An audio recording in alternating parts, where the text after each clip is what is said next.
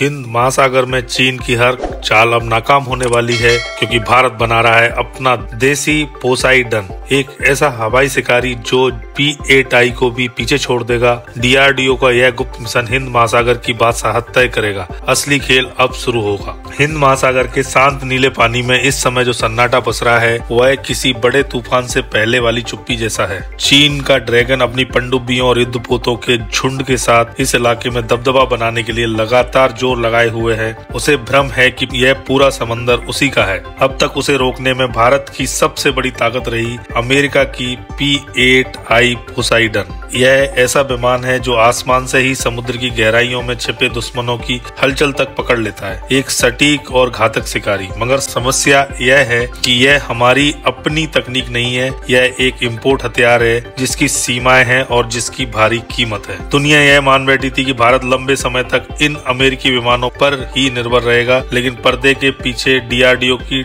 Top secret labs में एक ऐसी चाल चली जा रही थी जिसने न सिर्फ चीन बल्कि अमेरिका को भी चौंका दिया। यह उसी ऑपरेशन की कहानी है जो भारत को हिंद महासागर का असली सरताज बना सकता है। एक ऐसा देसी समुद्री शिकारी तैयार हो रहा है जो न केवल P-8I का विकल्प बनेगा बल्कि उससे आगे निकल जाएगा। तो आखिर यह मिनी पोसाइडन प्रोजेक्ट है क्या? कैसे भारत का C-295 जो एक साधारण ट्रांसपोर्ट एयरक्राफ्ट है, एक मारक सबमरीन हंटर में बदलने जा रहा है? और जब DRDO की पूरी तैयारी कर चुका है तो भारतीय नौसेना क्यों थोड़ा पीछे हटकर कदम तोल रही है? इन सभी सवालों का जवाब इस पूरे धमाकेदार रिपोर्ट में मिलेगा। वीडियो अंत तक जरूर देखें और अपने विचार कमेंट में लिखकर जरूर बताइए। हिंद महासागर में चीन की हर चाल को मात देने का वक्त आ चुका है। भारत का देसी हवाई जासूस तैयार है। P-8I पोसाइडन का एक छत्र राज्य अब खत्म होने वाला है। DRDO ने अपना समुद्री चक्रव्यूह बिछा दिया है। 75 लाख वर्ग किलोमीटर के पानी में अब मेड इन इंडिया का जाल फैलेगा। चीन की पनडुब्बियों के लिए काल बनकर उभरेगा नया सिस्टम। C-295 पर लगेगा उत्तम AESA राडार।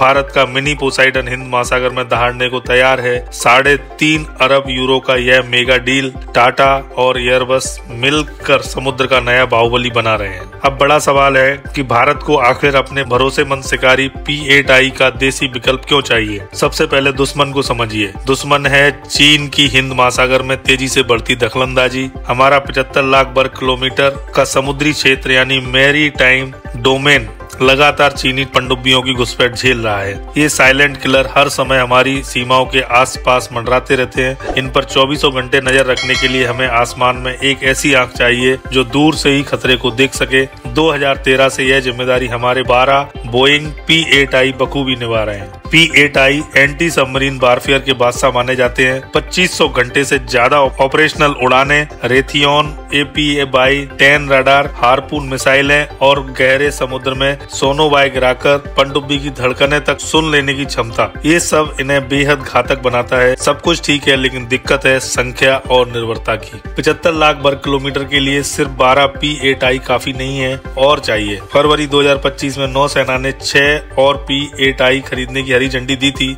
मगर सौदा अटक गया। कारण अमेरिका हर विमान के लिए 2.5 से 4 अरब डॉलर मांग रहा है। कीमत बेहिसाब है। ऊपर से अमेरिका अपनी टॉप सीक्रेट टेक्नोलॉजी भारत के साथ साझा करने में भी आनाकानी कर रहा है। 2025 का भारत अब किसी के नखरों पर सुरक्षा को जोखिम में नहीं डाल सकता। यहीं से DRDO का मास्टर स्ट्रोक शुरू होता है। जैसे ही P-8I सौदा लटका, सरकार ने प्लान B एक्टिवेट कर दिया। जुलाई 2025 में रक्षा मंत्रालय ने RFP जारी किया। यह RFP गया टाटा एयरबस के कंसोर्टियम को, वही कंसोर्टियम जो गुजरात में भारतीय वायुसेना के लिए 56 C-295M बना रहा है। लेकिन यह नई टेंडर ट्रांसपोर्ट विमान के लिए नहीं था, यह था 9 medium range maritime reconnaissance MR aircraft और 6 multi mission maritime aircraft MMMA के लिए। कुल 15 देसी समुद्री शिकारी। यही C-295MR आगे चलकर भारत का मिनी पोसाइडन बनने वाला है। अब सवाल उठता है, एक ट्रांसपोर्ट विमान आखिर पनडुब्बी का शिकार कैसे करेगा? जवाब है DRDO की CABS lab, centre for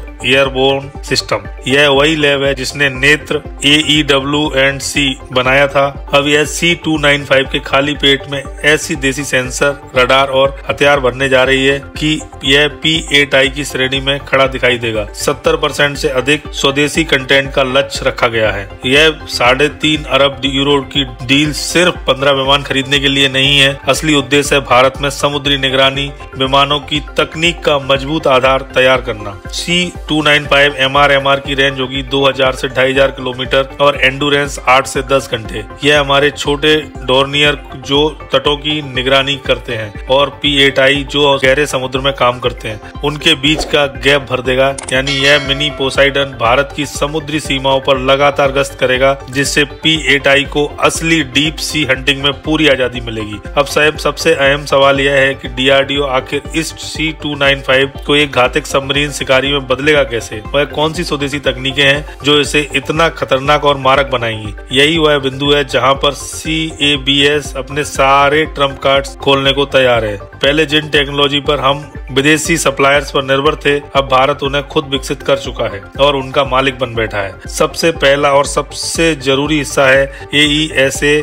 radar. यह विमान की आंखें हैं। DRDO इसमें उत्तम AESA रडार का एक और भी आधुनिक गैलियम नाइट्राइड तकनीक वाला संस्करण लगाएगा, जो लगभग 300 किलोमीटर दूर से दुश्मन के जहाज, सबमरीन और उसके पेरिस्कोप तक का पता लगा सकेगा। दूसरा है EO/IR सेंसर यानी थर्मल कैमरा सिस्टम। यह वह आंख है जो दिन रात, धुंध, बारिश, किसी भी हालत में दुश्मन की गर्मी को पकड़कर उसे पहचान सकती है। तीसरा है IFF सिस्टम, आइडेंटिफिकेशन फ्रेंड और फो। यह पल भर में बता देगा कि रडार पर दिख रही वस्तु अपनी है या विरोधी की। चौथा है सिक्योर डेटा लिंक। यह विमान का नर्वस सिस्टम है। यही रियल टाइम में सारी जानकारी, वीडियो फीड और लोकेशन हमारे थिएटर लेवल C4ISR नेटवर्क के जरिए जमीन के कमांड सेंटर और समुद्र में मौजूद युद्धपोतों तक भेजेगा। यानी C295 जो भी देखेगा वह पूरी नौसेना लाइव देख पाएगी। पांचवा और सबसे महत्वपूर्ण MAD मैग्नेटिक एनोमली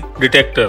यह विमान की पूंछ में लगा सेंसर गहराई में छिपी पनडुब्बियों द्वारा पैदा किए गए चुंबकीय बदलावों को महसूस कर लेता है। और आखिर में आते हैं असली हथियार। यह मिनी पोसाइडन DRDO की नेवल एंटी-शिप मिसाइल NASAMS से लैस होगा। सबमरीन के लिए इसमें भारत के अपने हल्के वजन वाले टारपीडो टेल लगाए जाएंगे। साथ ही दुश्मन की सटीक लोकेशन खोजने के लिए सोनोवाय की पूरी प्रणाली भी मौजूद होगी। इन सभी तकनीकों का मेल C295 को एक साधारण ट्रांसपोर्टर से उठाकर एक रियल सबमरीन हंटर में बदल देगा। इस MR प्रोजेक्ट के लिए कंपनियों को अपने कमर्शियल बिड्स दिसंबर 2025 तक जमा करनी होगी और यदि सब कुछ योजना के अनुसार चला तो 2029 से पहला देसी समुद्री शिकारी भारतीय नौसेना को मिलने लगेगा। लेकिन कहानी यही समाप्त नहीं होती। DRDO की असली योजना इससे भी कहीं बड़ी है। C295 MR तो सिर्फ पहला चरण है। DRDO के एक वरिष्ठ वैज्ञानिक ने एक ऐसा खुलासा किया है जो हमारे विरोधियों की नींद उड़ाने के लिए काफी है। उनके अनुसार DRDO अब एक full fledge long range maritime patrol aircraft यानी असली देसी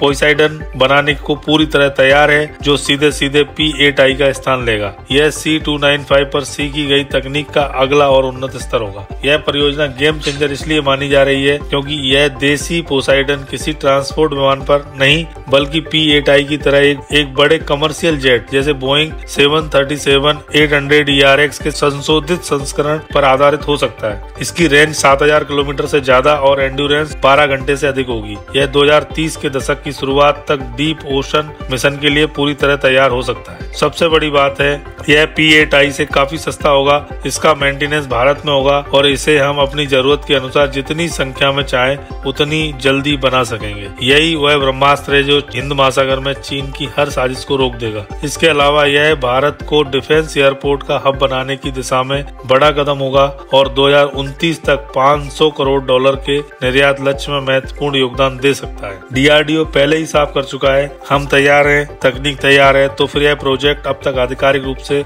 घोषित क्यों नहीं हो? असली रहस्य यही है। सूत्रों के अनुसार DRDO के इस बड़े प्रोजेक्ट को इसलिए रोका गया है क्योंकि भारतीय नौसेना ने अभी तक इसके लिए औपचारिक आवश्यकता फॉर्मल रिक्वायरमेंट जारी ही नहीं की है। नौसेना अभी भी इन 6 अमेरिकी P8I विमानों पर अटकी हुई है। वह एक प्रूवन विदेशी प्लेटफॉर्म और पूरी तरह स्वदेशी समाधान के बीच उलझ चुकी है। यह वह पल है जहां भारत को बड़ा निर्णय लेना है। P-8I एकदम शानदार विमान है, उसने भारत की खूब सेवा की है और इससे मिली ऑपरेशन नॉलेज अमूल्य है, मगर अब समय आ गया कि किसी अनुभव को आत्मनिर्भरता धातु भट्टी में डालकर अपना खरा सोना तैयार किया जाए। C-29MR उसी सोने की ब्लूप्रिंट है। DRDO के उच्च अधिकारियों का कहना है किसी भी प्रोग्राम को आगे बढ़ाना है या नहीं, यह सिर्फ ऑपरेशनल जरूरतें तय करेंगी। यानी नौसेना को यह निर्णय लेना होगा कि भविष्य की लड़ाई वह विदेशी हथियारों के सहारे लड़ेगी या अपने दम पर। दुश्मन चीन और पाकिस्तान इसी दुविधा का इंतजार कर रहे हैं। हिंद महासागर में चीनी एयरक्राफ्ट कैरियर्स की तैनाती अब आम हो चुकी है। ऐसे समय में मेक इन इंडिया को मॉनिटर फ्रॉम इंडिया में बदलने का मौका है। यह मुकाबला सिर्फ हथियारों का नहीं, यह सोच का संघर्ष है। यह इम्पोर्टेड सोच से आत्मनिर्भर भारत की सोच की ओर बढ़ने की लड़ाई है। आप ही बताइए, क्या भारतीय नौसेना को यह 6 नए P-8I खरीदने का प्लान छोड़कर यह पैसा DRDO के देसी पोसाइडन में लगाना चाहिए या फिलहाल विदेशी सिद्ध सिस्टम पर भरोसा करना चाहिए? आपकी राय इस विषय के लिए बेहद महत्वपूर्ण है। कृपया अपनी राय अवश्य दें। Thank you.